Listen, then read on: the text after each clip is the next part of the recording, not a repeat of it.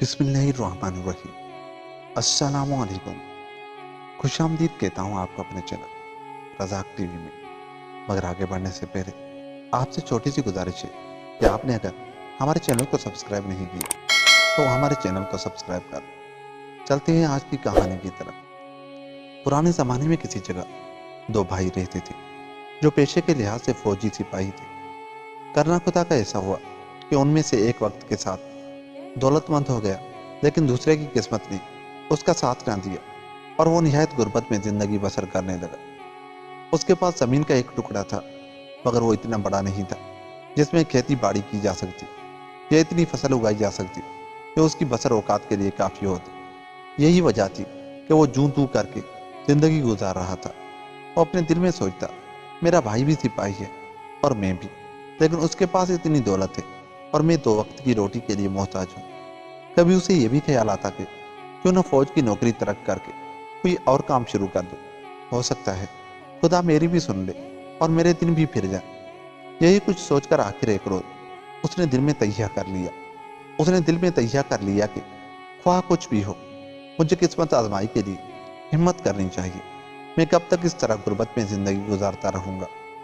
وہ کئی روز تک دل ہی دل میں ارادے باندھتا اور توڑتا رہا، یہاں تک کہ ایک روز اس نے اپنا سرخ فوجی کوٹ اتار کے ایک طرف پھینکا اور اس کے پاس زمین کا جو ایک ٹکڑا تھا اس میں کوئی فصل بونے کی کوشش میں لگ گیا۔ اس نے بڑی محنت سے زمین کو ہموار کیا، پھر اس میں خوب ہل چلایا، پانی دیا اور اسے کاشتکاری کے لیے تیار کر لیا۔ اس طرح جب زمین بالکل تیار ہو گئی تو وہ سوچنے لگا، مجھے کون سی فصل بونی چاہیے۔ اس نے دو ایک واقف کاروں سے مشورہ کیا تو کسی نے کچھ رائے دی اور کسی نے کچھ بتایا، مگر اسے ان کے مشورے پسند نہ آئے۔ کیوں نہ میں کوئی اناج اگاؤں، وہ اپنے آپ سے کہتا، نہیں، مجھے سبزی ترکاری لگانی چاہیے۔ وہ 2-4 دن تک اسی طرح سوچتا رہا اور آخرکار اس نے پکا ارادہ کر لیا کہ شلجم بوئے گا۔ صرف ارادہ ہی نہیں کیا بلکہ کھیت میں شلجموں کے بیج بو کر فصل کی دیکھ بھال میں لگ گیا اور پودوں کے اگنے کا انتظار کرنے لگا۔ اس کی زمین زرخیز تھی، پھر اس میں پہلی بار کوئی فصل اگائی گئی تھی، اس لیے چند ہی روز بعد اس نے جو بیج بوئے تھے ان میں پھوٹاؤ شروع ہو گیا، جنہیں دیکھ دیکھ کر وہ خوش ہو رہا تھا۔ پھر جب شلجموں کے پتے بڑے ہوئے تو وہ یہ دیکھ کر حیران رہ گئے کہ ایک پودے کے پتے دوسرے پودوں کی نسبت بہت زیادہ بڑے تھے، جو روز بروز اور بھی بڑے ہوتے جا رہے تھے۔ اس پودے میں ایک ہی شلجم لگا تھا جو آہستہ آہستہ کدو سے بھی بڑا ہو گیا۔ یوں لگتا تھا کہ اگر یہ اسی طرح بڑھتا رہا تو اسے اٹھانا کسی ایک آدمی کے بس کی بات نہ ہوگی۔ اس نے آج تک نہ تو اتنا بڑا شلجم دیکھا تھا اور نہ اتنے شلجم کی توقع کی جا سکتی تھی۔ یہ ایک غیر معمولی اور حیرت ناک بات تھی، چنانچہ اس نے اسے شلجموں کا شہزادہ کا نام دیا۔ ایک وہی نہیں بلکہ جو بھی اس کے حجم کو دیکھتا حیرت زدہ رہ جاتا۔ پھر جب یہ شلجم پوری طرح نشو نما پا گیا تو اتنا بڑا ہو گیا کہ اسے اٹھانے کے لیے ایک دو نہیں کئی آدمی درکار تھے اور لانے لے جانے کے لیے بیل گاڑی کی ضرورت تھی۔ وہ اتنا بڑا اور اس قدر وزنی تھا کہ گاڑی کھینچنے کے لیے 2 بیلوں کا ہونا ضروری تھا۔ غریب آدمی یہ دیکھ دیکھ کر بہت خوش ہوتا تھا کہ اس کے کھیت میں اتنا بڑا شلجم اگا ہے، مگر دوسری جانب اس کی سمجھ میں یہ نہیں آ رہا تھا کہ میں اتنے بڑے شلجم کا کیا کروں گا، کہاں لے جاؤں گا۔ اس کے ساتھ ہی ساتھ وہ یہ بھی سوچتا، آیا یہ خوش قسمتی کی دلیل ہے یا پھر میری بدبختی کی نشانی ہے۔ اس طرح شروع میں جو شلجم اس کی خوشی کا باعث بنا ہوا تھا اور جسے دیکھ دیکھ کر اس کی مسرت کا کوئی ٹھکانہ نہ رہتا تھا، آہستہ آہستہ اس کی پریشانی کا سبب بن گیا۔ وہ ہر وقت اسی کے بارے میں سوچتا رہتا تھا۔ ایک روز اپنے آپ سے کہنے لگا، میں اس غیر معمولی شلجم کو کیا کروں گا؟ اگر میں اسے فروخت کرتا ہوں تو اس کی بھی دوسرے شلجموں کی طرح قیمت ملے گی۔ ہو سکتا ہے یہ پکانے کے بعد مختلف ذائقے کا ہو سکتا ہے یہ عام شلجموں سے زیادہ لذیذ ہو، مگر اس سے میری غربت تو ختم نہیں ہو سکتی۔ وہ کچھ دیر تک پریشانی کے عالم میں سوچتا رہا، پھر میں اسے کیا کروں؟ مصیبت کے خاتمے کے لیے شلجم بوئے تھے اور یہ الٹا میرے لیے نئی مصیبت بن گیا ہے۔ وہ سوچتا اور بار بار اپنے آپ سے سوال کرتا۔ آخر اس کے ذہن میں ایک ترکیب آئی اور وہ خوشی میں جیسے اچھل پڑا، بالکل ٹھیک ہے، یہی کرنا چاہیے۔ اس نے اپنے ہاتھ پر ہاتھ مارتے ہوئے خود کو کہا، میرے لیے بہتر یہی ہوگا کہ میں یہ غیر معمولی شلجم بادشاہ کے دربار میں لے جاؤں اور اسے تحفے کے طور پیش کر دوں۔ بادشاہ نے یقیناً اتنا بڑا شلجم نہیں دیکھا ہوگا، اس لیے وہ اسے دیکھ کر بہت خوش ہوگا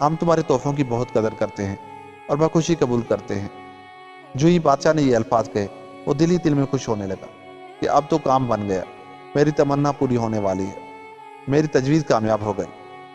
ادھر تو وہ یہ سوچ رہا تھا اور دوسری جانب بادشاہ کسی ادھیڑ پن میں مبتلا تھا۔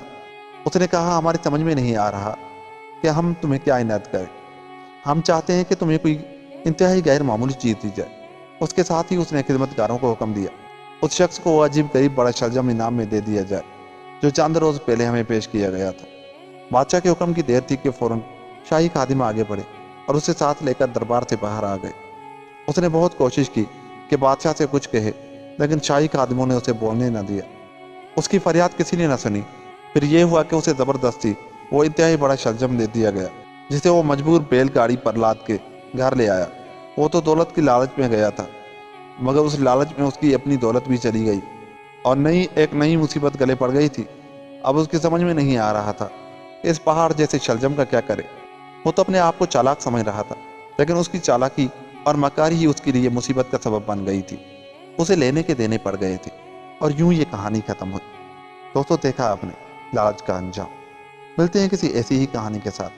اگر آپ کو ہماری یہ کہانی اچھی لگی تو ہمارے چینل کو سبسکرائب کرتے جائیں۔ ملتے ہیں کسی ایسی ہی کہانی کے ساتھ، تب تک کے لیے اللہ نگہبان۔